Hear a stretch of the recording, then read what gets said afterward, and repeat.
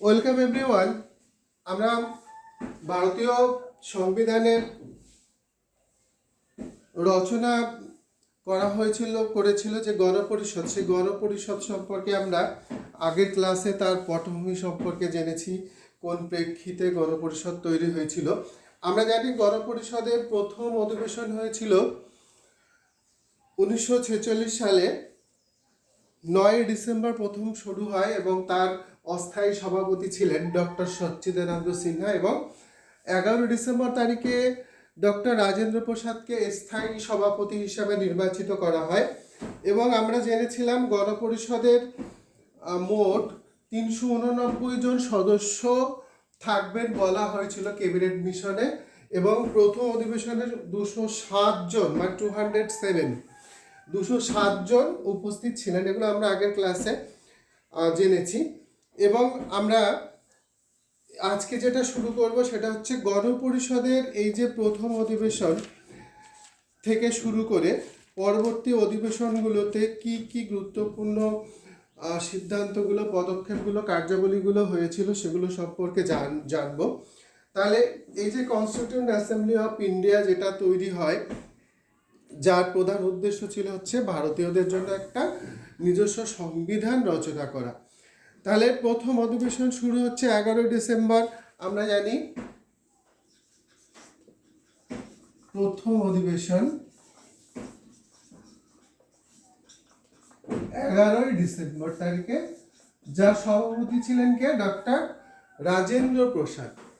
তো এই প্রথম অধিবেশনের শুরুর দুদিন পরে 13 ডিসেম্বর তারিখে আমরা এর আগের একটা ক্লাসে জেনেছিলাম যে 13 ডিসেম্বর তারিখে পণ্ডিত জওহরলাল নেহেরু তিনি জনগণের আশা আকাঙ্ক্ষা এবং উদ্দেশ্য সম্বলিত একটি প্রস্তাব পেশ করেছিলেন, যার নাম ছিল হচ্ছে অবজেক্টিভ রেজুলেশন। এটা খুবই গুরুত্বপূর্ণ, অনেক পরীক্ষাতে এটা দিচ্ছে অবজেক্টিভ রেজুলেশনটা কি এবং কে কবে এটা পেশ করেন। তো এই অবজেক্টিভ রেজুলেশন, যার ভিত্তিতে আমরা জানি বাংলায় বলা হচ্ছে জনগণের উদ্দেশ্য সম্বলিত প্রস্তাব, যার ভিত্তিতে ভারতীয় সংবিধানের প্রস্তাবনা তৈরি হয়, এবং এই অবজেক্টিভ রেজুলেশনের মূল বিষয়বস্তু নিয়ে ভারতীয় প্রস্তাবনা সেগুলো অন্তর্ভুক্ত করা হয়। এবং এই অবজেক্টিভ রেজুলেশনটি 22 ডিসেম্বর তারিখে গণপরিষদে অনুমোদন করা হয়েছিল। ভারতীয় সংবিধানে এই গণপরিষদের তো এরকম অধিবেশন তার টোটাল কটা হয়েছিল? মোট অধিবেশন হয়েছিল 11টি। মোট অধিবেশন হয় 11টি। তাহলে এই বিভিন্ন অধিবেশনে বিভিন্ন কার্যাবলী গ্রহণ করা হয়। তো এর দ্বিতীয় অধিবেশনটা কবে হয়েছিল আমরা সব অধিবেশনগুলো জানবো না, যেগুলো বেশি গুরুত্বপূর্ণ সেগুলো সম্পর্কে আমরা একে একে জেনে নেব। তো যেগুলো আমাদের বিভিন্ন পরীক্ষায় এসেছে এর আগের পরীক্ষাগুলোতে, এবং যেগুলো আসার সম্ভাবনা আছে সেগুলো সম্পর্কে আমরা জানবো। তাহলে দ্বিতীয় অধিবেশন হয়েছিল 1947-এর 20 জানুয়ারি তারিখে। দ্বিতীয় অধিবেশন এটা হয় হচ্ছে 1947 20 জানুয়ারি। তো এই অধিবেশনের গুরুত্বপূর্ণ বিষয় কি ছিল না, এই অধিবেশনে কতগুলো কমিটি তৈরি করা হয়। প্রথমে আমরা জানি গণপরিষদের মোট 22টি কমিটি ছিল। মোট 22টি কমিটি, এটা তোমরা ভালো করে মনে রাখবে কতগুলো অধিবেশন হয়েছিল, কটা কমিটি তৈরি হয়েছিল, এগুলো পরীক্ষায় আসে। তাহলে টোটাল 22টি কমিটি ছিল। এই দ্বিতীয় অধিবেশনে এর গুরুত্বপূর্ণ বিভিন্ন কমিটি তৈরি হয়।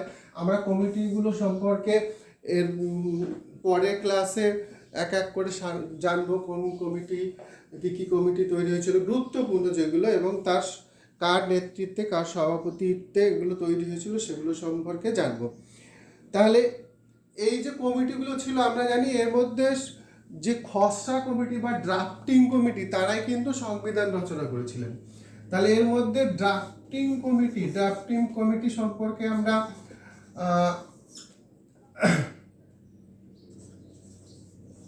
বিস্তারিত জানবো পরের ক্লাসগুলোতে। এই কমিটি কাদের নিয়ে তৈরি হয়, কারা কারা সদস্য ছিলেন। তাহলে ড্রাফটিং বা খসড়া কমিটি কিন্তু সংবিধান রচনা করে। তো এই দ্বিতীয় অধিবেশনে আর একটা গুরুত্বপূর্ণ বিষয় হচ্ছে, সেটা হচ্ছে এই অধিবেশনে গণপরিষদের সহ সভাপতি নির্বাচিত করা হয়। সহ সভাপতি, এটা পরীক্ষায় প্রশ্নে আসে যে সহ সভাপতি কে ছিলেন গণপরিষদের। তাহলে সহ সভাপতি ছিলেন হচ্ছে এইচ সি মুখার্জি। মনে রাখবে, এইচ সি মুখার্জি। বাংলায় হচ্ছে হরেন্দ্র কুমার মুখার্জি। হরেন্দ্র কুমার মুখার্জি।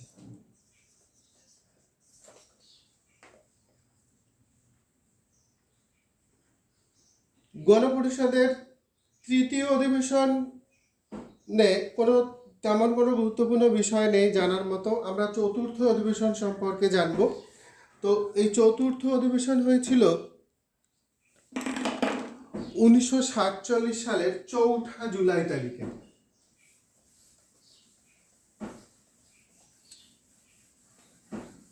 চতুর্থ অধিবেশন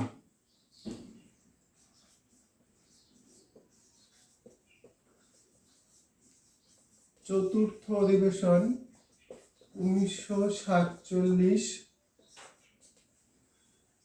সরি একটু ভুল বললাম, 1947 14 জুলাই, 14 জুলাই তারিখে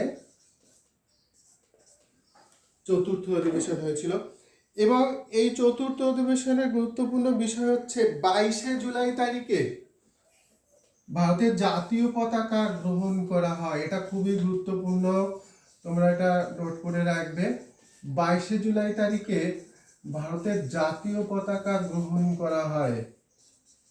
তাহলে এটা হয়েছিল চতুর্থ অধিবেশনে, জাতীয় পতাকা গ্রহণ করা হয়। চতুর্থ অধিবেশনের পরেই আমরা জানি এই সময় একটা সিদ্ধান্ত গ্রহণ করা হয়েছিল। এই সময়ে ভারতের শেষ ভাইসরয় হয়ে আসেন লর্ড মাউন্টব্যাটেন।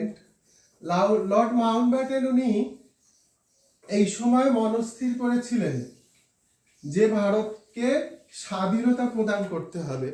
এবং উনি ভাইসরয়, ভারতের শেষ ভাইসরয় লর্ড মাউন্টব্যাটেন, উনি ভাইসরয় হয়ে এসে উনি মাউন্টব্যাটেন পরিকল্পনা তৈরি করেন। এই মাউন্টব্যাটেন পরিকল্পনার বিষয় কি ছিল না, ভারত বিভাগ করা এবং ক্ষমতা হস্তান্তর করা। তাহলে চতুর্থ অধিবেশনের আর একটা বিষয় হচ্ছে গুরুত্বপূর্ণ, হচ্ছে মাউন্টব্যাটেন পরিকল্পনা। এই পরিকল্পনাটা কি ছিল? ভারত বিভাগ ও ক্ষমতা হস্তান্তর। আমরা জানি বর্তমান পাকিস্তান, বাংলাদেশ, এদের সবাই নিয়ে এই যে অবিভক্ত যে ভারত ছিল, তো এই বাংলাদেশ, এই পাকিস্তান তারা আলাদা রাষ্ট্রের দাবি তুলছিল বহুদিন ধরে। এবং এই সময় আলটিমেটলি তাদের কিন্তু আলাদা করে দেওয়া হয়, ভারত থেকে বিভক্ত করে, এবং আলাদাভাবে স্বাধীনতা দেওয়া হয়। তাহলে ভারত বিভাগ করা হবে, বিভক্ত করে আলাদা রাষ্ট্র পাকিস্তান তৈরি করা হবে, আর সাথে সাথে তাদের দুটো দেশের কাছে ক্ষমতা হস্তান্তর করা হবে। তাহলে ভারত বিভাগ ও ক্ষমতা হস্তান্তর ছিল এই মাউন্টব্যাটেন পরিকল্পনা। তাহলে এই যে ক্ষমতা হস্তান্তর করা হবে, ভারত বিভক্ত করা হবে, ক্ষমতা হস্তান্তর করা হবে, এটা কবে ঘোষণা করা হলো? মাউন্টব্যাটেন এই পরিকল্পনা, এটা হচ্ছে ঘোষণা করা হয় 1947 সালের 3রা জুন।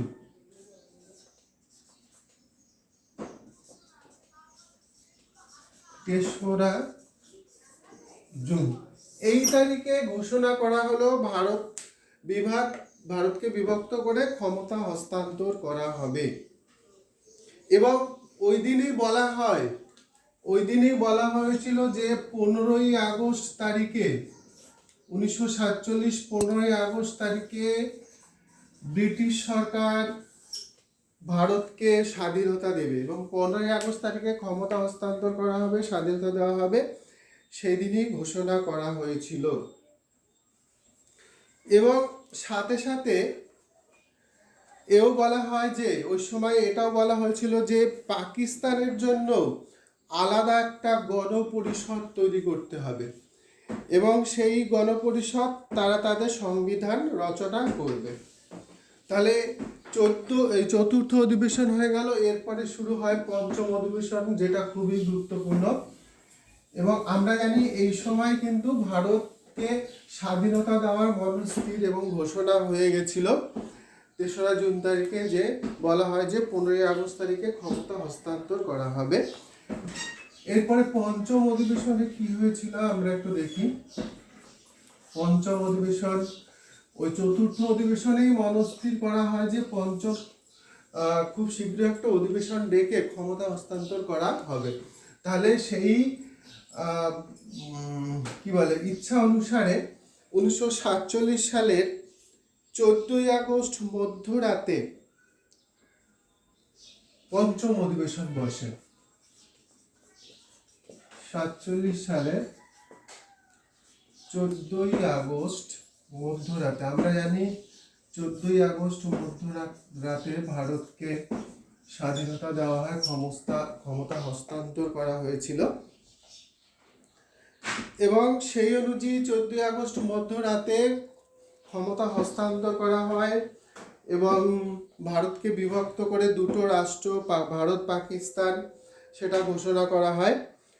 এবং এই সময় আর একটা যেটা হয়েছিল, আর একটা কথা ভুলে গেলাম, এই যে ভারতের স্বাধীনতা আইন, সেটা কবে পাস হয়, এটা কিন্তু পরীক্ষা আসে। 1947 সালের 4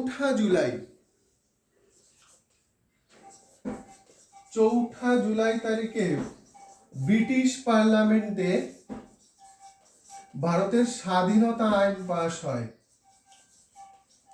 ব্রিটিশ পার্লামেন্টে কি হয়েছিল?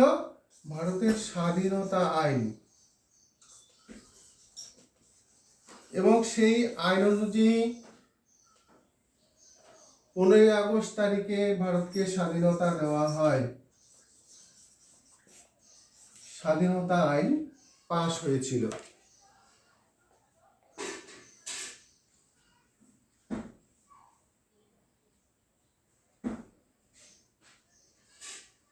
এই সময় যেটা হয়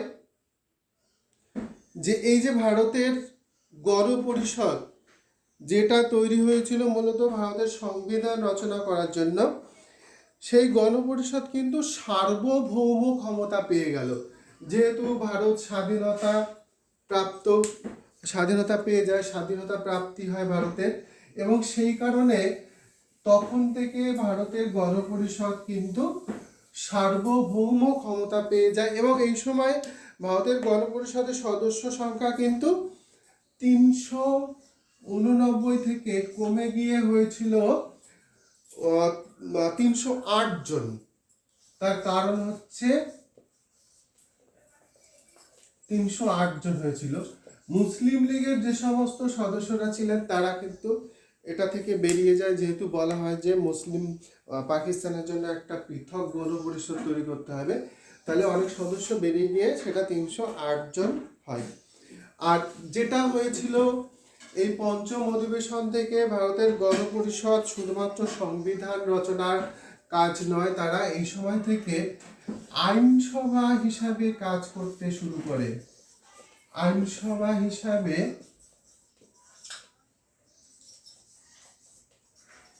কাজ করতে শুরু করে। তাহলে এই সময় শুধুমাত্র সংবিধান রচনার কাজই নয়, তারা আইনসভা হিসাবে কাজ করতেও শুরু করেছিল এই ভারতীয় গণপরিষদ।